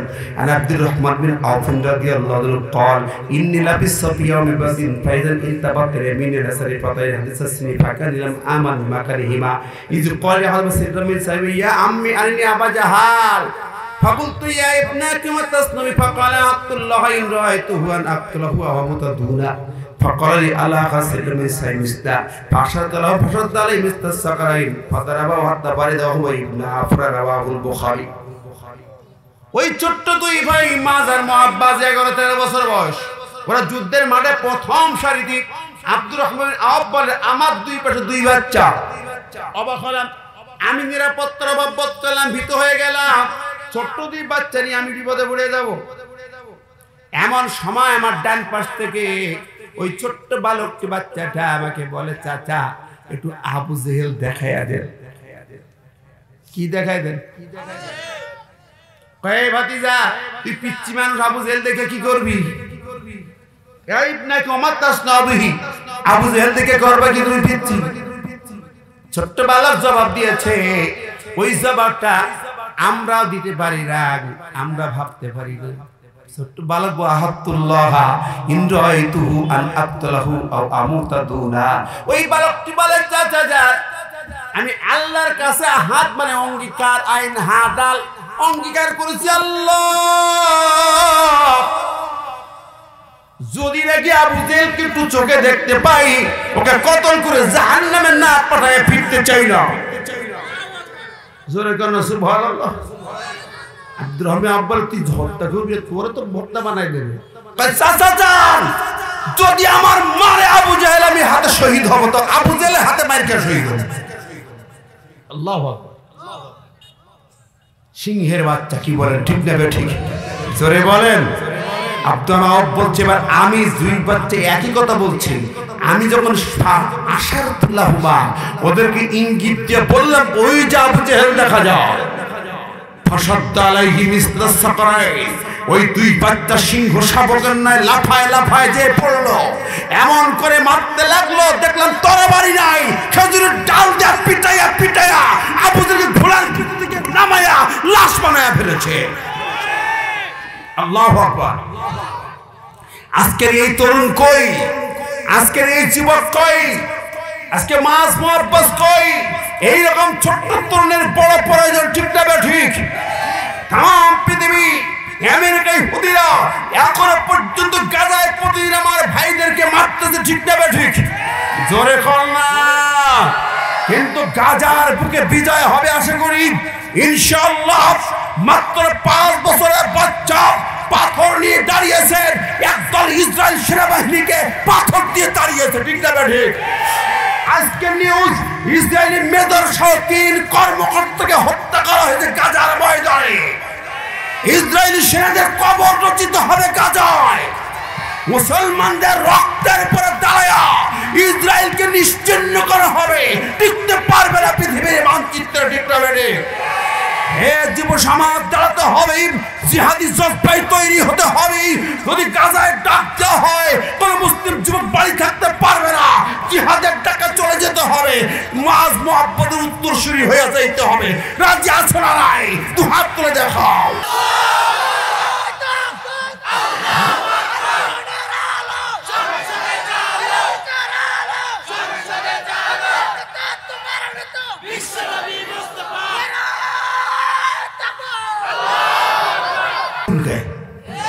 সন্ত্রাসবাদ খোঁজে, জঙ্গিবাদ খোঁজে।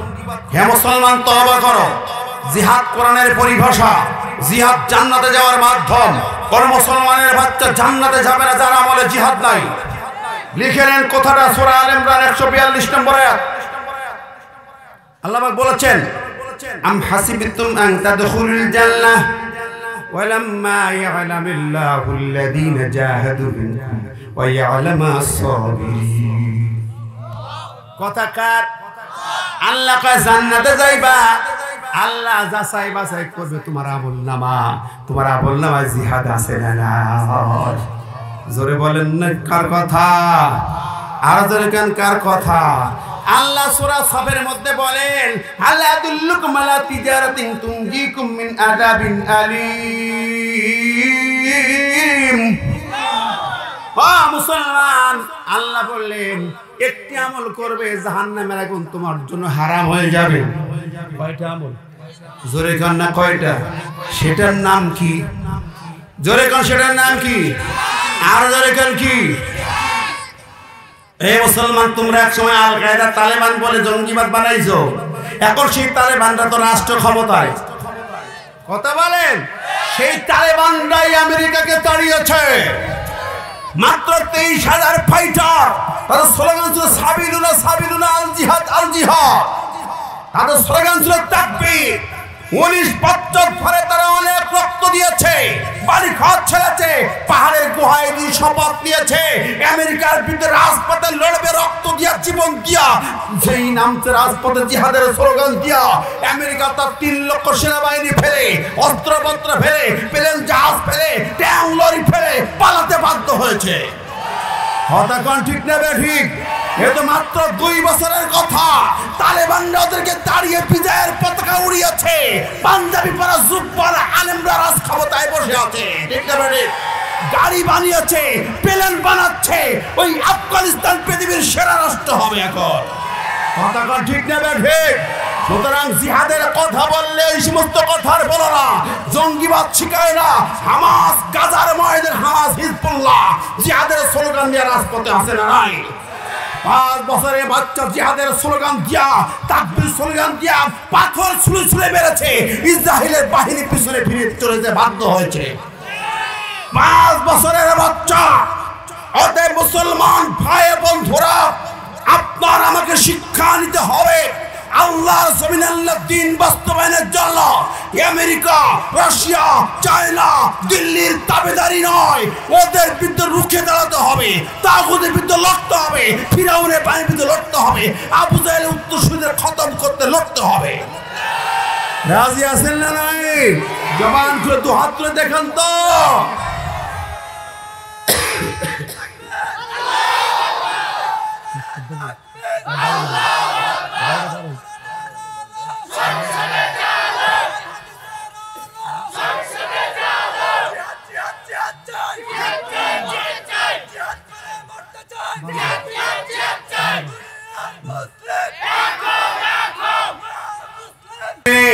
আলেম ওলামার হক কথা বললে তাদের বিরুদ্ধে বিভিন্ন পরোয়ানা জারি হয়। আলেমদেরকে সমস্ত অপরাধী বলে মামলা হামলা দিয়ে জেলখানায় ঢোকানো হয়। কথা বলে ঠিক না বেঠিক? কার ইশারায়, কার ইঙ্গিতে ওই আমেরিকার গোলামি চলবে না, ভারতের তাবেদারি চলবে না, কোরআনের পতাকা বাংলার জমিনে উড়বেই উড়বে। জোরে বলেন ঠিক না বেঠিক? হে যুব সমাজ, কোরআন বুকে নাও, কালেমা মুখে নাও। ওই যুবক ছোট্ট বাচ্চা সৈনিক সাউলুতের মোকাবেলায় ছুটে চলে গেল রাজপথে, মরুর প্রান্তরে। মনে আছে কথা? সূরা বাকারা খুলে দেখো, ছোট্ট বাচ্চা 12 বছরের বালক ছুটছে সামনে, পথের মাঝখানে 3টা পাথর তার সঙ্গী হলো। পাথর 3টে ডাক দিয়া, দাউদ ইন্নাকা বিনা তাকতুল জালুতা। তাফসীরের পাতা খোলেন, ওই 3টি পাথরে বলছে, দাউদ তুমি রাজশক্তি, পৃথিবীর সেরা ফেরাউনের শক্তির বিরুদ্ধে ছোট্ট বাচ্চা রাজপথে এসেছো, আল্লাহ পাক তোমার সাহায্যে 3টা পাথর পাঠিয়েছে। সুবহানাল্লাহ। আর জোরে কেন সুবহানাল্লাহ? সে আল্লাহ আছেন না নাই? 3টা পাথর পাঠাইছে। দাউদ নামের ছোট্ট বালকটি 3টা পাথর কুড়িয়ে কোমরে গুঁজে নিল, সামনে চলে গেল। বিশাল সেনাপতি কাফের সম্রাট জালুত বলছে, কে তুমি? বলে, আমি তোমার মোকাবেলায় এসেছি, মুসলিম সেনাপতি আমাকে পাঠিয়েছে। তোমার মতো ছোট্ট বাচ্চা পাঠিয়েছে, ম্যাটার অফ প্রেস্টিজ, চলে যাও। তুই যুদ্ধ কি বোঝো? বালকটি বলছে, আমি ফিরে যেতে আসিনি, যুদ্ধ করতে এসেছি। আমি ছোট থাই, যুদ্ধে লেগে দেখো মজাটা কেমন। সুবহানাল্লাহ। ছোট বাচ্চা একথা বলে, অবাক হয়ে গেল। তুই চলে যা, সেনাপতি বল সবাই মিলে আসতে। ছোট্ট বালক বলছে, ন, আমি ফিরে যাবার বালক নই, আমি আল্লাহর সৈনিক, আল্লাহ বড় দুশমনকে খতম করতে এসেছি। আল্লাহু আকবার। জালুত বলে, চলে যা, কোনো কথা নাই, যুদ্ধ হবে না তোর সাথে। তোর সেনাপতিকে বল সব মুসলমানরা একসাথে আসতে হবে, সবগুলো মেরে ভর্তা করে আমি রাস্তায় নাস্তা খাবো। আমি শপথ করেছি, আমাকে চিনিস নাকি? তুই তো ছোট বাচ্চা, চিনিস না, চলে যা। ছোট্ট বালক বলে, ও নেতারে, অহংকার করো না, গর্ব করো না, বড় বড়াই দাপট দেখায় না, আজকে হয়তো তোমার পতন হবে। তুমি জানো না আমার মা জননী বিদায় দিয়েছে আর বলে দিয়েছে তোমাকে খতম না করে আমি বাড়ি ফিরবো না। শুধু তাই না, শুনে নাও, তোমার খতম করার জন্য হয়তো আমার জন্ম হয়েছে পৃথিবীতে। জোরে কর না সুবহানাল্লাহ। এর নাম বীর সৈনিক, মুসলমানের বাচ্চা। কাফেরদের ভয়ে পালানোর বাচ্চা মুসলমান হতে পারে না, মুশরিকদের ভয়ে পালাতে পারে না, জালেমের ভয়ে এসে অন্ধকারে পালাতে পারে না। কথা ঠিক না ঠিক? এর নাম মুসলমান। যুবক ছোট্ট বাচ্চা বলছে না, যুদ্ধ তোমাকে করতেই হবে, করবে না? বলে না, দাও। 3টি পাথর থেকে একটা পাথর বের করে ছুরি মারলেন। বিসমিল্লাহ আল্লাহু আকবার বলে পাথর ছুরি মারলেন। ওই পাথরটা সুজা যে জালুত নামের কাপের সম্রাটের ডান বাহুতে আঘাত করেছে। এই জায়গায় আঘাত করেছে, এত জোরে বিকট আওয়াজ হলো, অ্যাটম বোম ফোটার মতো আওয়াজ হয়েছে। জালুত নামের নেতা লাফ দিয়ে উঠেছে জমিনের উপরে, জমিনটা ঠক ঠক করে কেঁপে কেঁপে উঠেছে, আর তার ডান হাতখানা বাহু থেকে কেটে জমিনে পড়ে গেছে। আল্লাহু আকবার। নেতা অবাক হলো, এই বাচ্চা দূর থেকে কি মারলো? তখন পৃথিবীতে ছিল তরবারির যুদ্ধ, আর ছিল তীর ধনুকের যুদ্ধ, আর কিছু ছিল না। এই বাচ্চা কি অস্ত্র আনলো? মারলো কি? আমার হাত কেটে গেল। মারলো কি? হইল কি? ওদিকে 3 লক্ষ কাফের সৈনিক যারা ঘুমাচ্ছিল, এই আওয়াজে ওদের ঘুম ভেঙে গেল। ওরা বুঝলো নেতা বিপদে পড়েছে, তাড়াতাড়ি গুছিয়ে চলো, যুদ্ধের মাঠে চলো। সবার গোছগাছ চলতেছে, আর ছোট্ট বালক বলে, নেতা এবার বলো তোমার ডান হাত গেল কই? এখন কি যুদ্ধ করতে রাজি আছো আমার সাথে? নেতা কথা বলে না, দেখে রক্ত টপ টপ করে পড়ে, হাত টাচ করে যন্ত্রণা শুরু হয়েছে। চিন্তা করে, ও মারলো কি? হইল কি? হাত কাটলো কেন? কি অস্ত্র আনলো? মাথার ভিতরে তালগোল পাকায় যায়, হিসাব হচ্ছে। নেতাজি জবাব নাই, চুপ করে দাঁড়িয়ে আছে। ছোট্ট বালক আর দেরি করলো না, আর একটা পাথর নিয়ে ছুরি মেরেছে। ওই পাথরটা এবার তার বাম বাহুতে আঘাত করেছে। এখানে আঘাত করার পরে বাম বাহুটা একই কায়দায় প্রচন্ড বিকট আওয়াজ হলো, ও লাফিয়ে উঠলো, বাম বাহুটা এখান থেকে কেটে জমিনে পড়ে গেল। আল্লাহু আকবার। অবাক করে নেতা, হইল কি? মারল কি? হইল কি? কল্পনাই করতে পারে না। কি আশ্চর্য ব্যাপার! ছোট্ট পিচ্চি ছেলে কি মেরেছে, এদিকে এমন আওয়াজ হয়েছে। 3 লাখ সৈন্য মনে করলো নেতা তো বিপদে পড়ে গেছে মনে হয়, তাড়াতাড়ি চলো মাঠে। 3 লক্ষ সৈন্য সবাই ব্যারাক থেকে আস্তে করে এবার মাঠের দিকে হাঁটতেছে। নেতা দাঁড়িয়ে আছে, 2 হাতের বাহু থেকে 2 হাত খসে পড়ে গেছে, টপ টপ করে রক্ত জমিনে পড়তেছে। আর নেতাজি চিন্তা করতেছে। যুবকটি বলে, ও নেতাজি এখন বলো, এবার বলো যুদ্ধ করতে রাজি কিনা? এখন রাজি তো, কথা কয় না, মাথার তার শেষ, শুধু চিন্তা করে মারলো কি? আনলো কি? আনলো কি? মারলো কি? হইল কি? হাত গেল কই? মাথা তার ছিঁড়ে যাওয়ার মতো হয়েছে। কি নিচে বাচ্চাটা? ওদিকে 3 লক্ষ সেনা দল এবার মাঠে প্রবেশ করবে। মাঠের মুখোমুখি দাঁড়ায়, তখন ছোট্ট বালক আল্লাহর কাছে কাঁদে, আল্লাহ আমার তো শক্তি নাই, সাহস নাই, বেশি যতটুকু সাহস আছে শক্তি ততটুকু নেই। তোমার শক্তি ছোট্ট পাথর ব্যবহার করেছে, আর একটা মাত্র আছে। একজন নেতার সঙ্গে লড়াই করি, 3 লক্ষ সেনাবাহিনীর সঙ্গে কেমনে লড়াই করবো জানি না। আল্লাহ তুমি বলছো, ইয়া আইয়ুহাল্লাযীনা আমানু ইসতাঈনু বিস-সাবরি ওয়াস-সালাহ। আল্লাহ বলছে, বান্দারে বিপদে পড়ো, সবর আর সালাতের সাহায্য গ্রহণ করো। আমরা বিপদে পড়ি, নেতার কাছে দৌড়ে যায়, তুমি ছাড়া বাঁচানোর কেউ নেই। আমরা বিপদে পড়ি, আমেরিকার কাছে দৌড়ে যায়, তুমি বাঁচো। আমরা অন্য জায়গায় যাই, নেতাদের কাছে যাই, আর আমার আল্লাহ কয় না, তুই আল্লাহর কাছে একটু সিধাই পড়ে সাহায্য চা। সুবহানাল্লাহ। নবী ওয়াইজ ইস্তানতা ফাস্তাইন বিল্লাহ ওয়াইজ সালতা ফাসআলিল্লাহ। যদি তুমি কিছু চাও আল্লাহর কাছে চাও, সাহায্য চাইলে আল্লাহর কাছে বলো। সুবহানাল্লাহ। আমার প্রিয় ভাই জানেরা, রাত গভীর হয়েছে, কষ্ট দেব না, সংক্ষেপে বলে যাই। আল্লাহ রাব্বুল আলামিন কোরআন দিয়েছে অনুসরণের জন্য, নবীর অনুসরণের জন্য। কথা মনে আছে না নাই? ফাত্তাবিউনি, নবীকে অনুসরণ করো। তাই বলতে যাই, আগে কথা এসেছে এখানে। এই ঘটনাটা লম্বা নয়, ছোট্ট করে শেষ করে দেই। ওই ছোট্ট বালক দাঁড়ায় আছে, আল্লাহর কাছে কথা বলে। কার সাথে কথা বলে? জোরে কর না, কার সাথে? আর যুদ্ধের মাঠে কি আল্লাহ আছে? আছে? এই মারামারি জায়গায় আল্লাহ থাকে নাকি? কে কইছে? আরে বদরে যদি কারো ভাগ্য হয় যাবে। বদর যুদ্ধ এমন একটি যুদ্ধ, আল্লাহ পাক নিজে মাঠে আসেন। সুবহানাল্লাহ।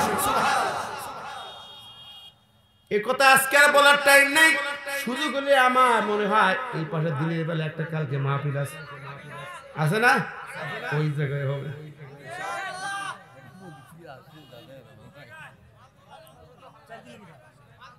এই বদরগঞ্জের মধ্যে আছে কাল আছে না? ইনশাআল্লাহ সুযোগ হলে বলবো। আমার ভাইরা, নইলে ছোট্ট ছোট বাচ্চারা, 18টা ছোট্ট বাচ্চা, 12-13 বছরের বাচ্চা, গোটা ইহুদিদের বিশাল ট্যাঙ্ক বহরকে রুখে দিয়েছে। সুবহানাল্লাহ।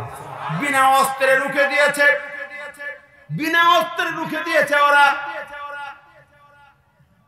এই ইতিহাস নতুন পুরনো নয়। ও বন্ধুরা, আমরা ভয় পাই তাই আমাদের মাথার পরে ওরা চেপে বসে। কথা বলেন ঠিক কিনা? বন্ধুরা আমার, ভাইরা আমার, শোনেন, ছোট্ট বালক দাউদ সাহায্য চায় কার কাছে? নেতা বলে না, কারো বলে আল্লাহ আল্লাহ তুমি বলো কি করবে এখন? আল্লাহ তার মাথার ভিতরে পয়দা করে দিলেন, বান্দারে একটু হুঙ্কার দিয়ে দে। এক হুঙ্কারে ওরা ভয় পেয়ে যাবে। সুবহানাল্লাহ। হুঙ্কারে ভয় পায় কি পায় না? আদে হায়দারে কাফের মুশরিকদের কলিজা শুকায় যেত। ছোট্ট দাউদ একটু চিৎকার হুঙ্কার দিয়ে বলে, এ 3 লক্ষ সেনা দল কেন মাঠে ঢুকবি? দাঁড়িয়ে যা, তোর নেতার সঙ্গে আমার যুদ্ধ এখনো শেষ হয় নাই। অতএব অনুমতি ছাড়া তোরা মাঠে ঢুকতে পারবি না। হয়তো নেতা তোদের সাহায্য চাইবে, নইলে আমাদের অনুমতি লাগবে। ওখানে চুপ করে দাঁড়া, তাকায় দেখ তোর নেতার 2 হাত আমি কেটে নিয়েছি। ওরা তাকায় দেখে, তাই তো নেতা কথা কও। তাকায় দেখে নেতার কথা নাই, 2 হাত নাই। মনে হচ্ছে চুপ করে দাঁড়ায় আছে কার্টুন ছবি। কার্টুন ছবির মতো নেতা দাঁড়ায়া 3 লক্ষ সেনাবাহিনী খুন করে থমকে গেল। আরো বলল, শোনো ও 3 লাখ সেনাবাহিনী, এমন অস্ত্র আমাদের কাছে আছে যা চোখে দেখো নাই। আল্লাহ বলে, আইয়াদাহু বিজুনুদিল্লাম তারাও। হ্যাঁ, আমি আল্লাহ পাক এমন সেনাবাহিনী, এমন শক্তি দিয়ে সাহায্য করি, পৃথিবীর মানুষ তোমরা চোখে দেখতে পাবে না। আর কথা আল্লাহর ভাষা।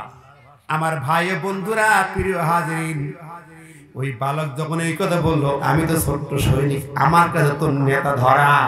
তাহলে আমাদের বড় বড় সেনা দল, সেনাপতিরা পিছনে আছে, একটু ভাবিয়ে দেখ। সুবহানাল্লাহ। তারপরে আসিস ও বন্ধুরি, 3 লক্ষ সেনাবাহিনী থমকে দাঁড়িয়ে গেলে বড় হুঙ্কারে। তো ঠিক, নেতার অনুমতি তো, নেতা তো কিছু বলতেছে না। আচ্ছা, যুদ্ধটা শেষ হোক, বাচ্চা সাথে নেতার শেষ হোক। এবার বলে, আল্লাহ আমি শেষ পাথরটা মারতে চাই, আর ওই নেতা যেন এমন ভাবে খতম হয়, ওর টুকরাগুলো ওই 3 লাখ সেনাবাহিনীর মাথায় তুমি পাঠায়া দেবে, যেন 3 লাখ সেনাবাহিনী দৌড়ে পালায়। আল্লাহু আকবার। কি চায় আল্লাহর কাছে? চাইলেই পাওয়া যায়। কথা কন না কেন? ওই জায়গায় যেখানে যে মাঠে গেছে, ওই জায়গায় চাইলে পাওয়া যায়। ঘরে বসে দোয়া করো, দোয়া কবুল জীবনে হবে না। তুমি জিহাদের ময়দানে যাবে না, ইসলামী আন্দোলন করবে না, ঘরে বসে দোয়া করে কেন্দ্রে কেন্দ্রে পাগল হয়ে যাও, ওই দোয়া কোনোদিন কবুল হবে না। দোয়া কবুলের জায়গা জিহাদের ময়দান, দোয়া কবুলের জায়গা পরীক্ষার হল। ঠিক না বেটি? পরীক্ষার হলে যাইবা না, মাঠে যাইবা না, দোয়া কবুল হবে না। বন্ধুরি, ওই বালক দোয়া করলে সূরা বাকারা 250, রব্বানা আফরিগ আলাইনা সাবরা ওয়া সাব্বিত আকদামানা আনসুরনা আলাল কওমিল কাফিরিন।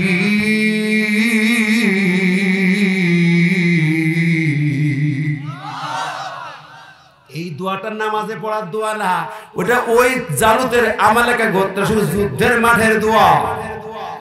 ওই বালকটা দোয়া করে, আল্লাহ সাহায্য দাও, আর ওই কাফেরদের উপরে আজকে বিজয় দাও, আমি বিজয়ের পতাকা উড়াতে চাই।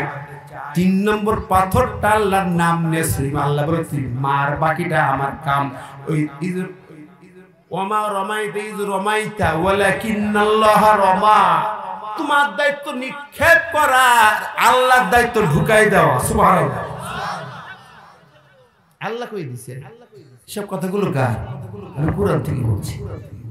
আমার ভাইয়েরা বন্ধুরা, ওই বালকটি 3 নম্বর পাথরটা ছুঁড়ে মেরেছে আর জালুত নামের কাফের সেনাপতির কপালে আঘাত করেছে। কপাল দিয়া তার দেহের মধ্যে পাথর ঢুকেছে, গোটা দেহটা ফুলে ফুলে বেলুনের মতো মোটা হলো এবং বাস্ট হয়ে উড়ে গেল। দেহটা টুকরা টুকরা ছিন্ন ভিন্ন হয়ে 3 লক্ষ সেনা দলের মাথায় উপর যে পড়েছে। জোরে বলেন না সুবহানাল্লাহ, আরো জোরে বলেন সুবহানাল্লাহ। এ সাহায্য কার? আরো জোরে বলেন কার? সে আল্লাহ আছেন না নাই? নবীজি 10 বছরের 27টা জিহাদের সেনাপতি বদরি দর্শক আমার সঙ্গে চলো, জান্নাতে চলো। আল্লাহ নবীর কথা সহিহ বুখারী 395 নম্বর হাদিস। ইমাম বুখারী অধ্যায় লিখেছেন বাবু আল জান্নাতু তাহতা জিয়াসিউ। ও বন্ধুরে, নবী অনুসরণ করেন কোন পথে? নবী রাষ্ট্র চালাইছেন। নবী জন্মভূমি ছেড়ে হিজরত করে মদিনায় গেলেন, রাষ্ট্রপতি হলেন, 27টা জিহাদের সেনাপতিত্ব করলেন। নবী চিফ জাস্টিস ছিলেন, নবী প্রধান সেনাপতি ছিলেন, নবী রাষ্ট্রপতি ছিলেন। ঠিক না বেটি? কথা বললে কেন? আমরা মাওলানা মসজিদে খুতবা দিই, সুবহানাল্লাহ জিকির করো, মেসাক করা বহুত ফায়দা। কথা কর না, এটা যারা বুঝি না। ওরে নবীর রাস্তা কোনটা? দিন কায়েমের পথ বাদ দিও, অন্য কোন রাস্তায় জান্নাত পাওয়া যাবে না। ইমাম বুখারী লিখে দিয়েছেন বাবু আল জান্নাতু তাহতা জিলালিস সুয়ুফ। শোনো, বারিকাতুস সুয়ুফ, জান্নাত রাজপথে জান্নাত, জিহাদের মাঠে জান্নাত, বাতিলের তরবারির নিচে জান্নাত, ওই বুলেটের নিচে জান্নাত, ওই গুলির নিচে জান্নাত, ওই ট্যাংলোর নিচে জান্নাত, ওই ফাঁসির রশির ভিতরে জান্নাত। ঠিক না বে ঠিক? অতএব নবীর অনুসরণে জান্নাতে যেতে হলে আল্লাহর জমিনে আল্লাহর দ্বীন কায়েমের পথে কাজ করতে হবে। ঠিক না বে ঠিক? জান দিয়ে মাল দিয়ে লড়তে হবে। রাজপথে রাজি আছেন কারা কারা? 2 হাত তুলে দেখে। না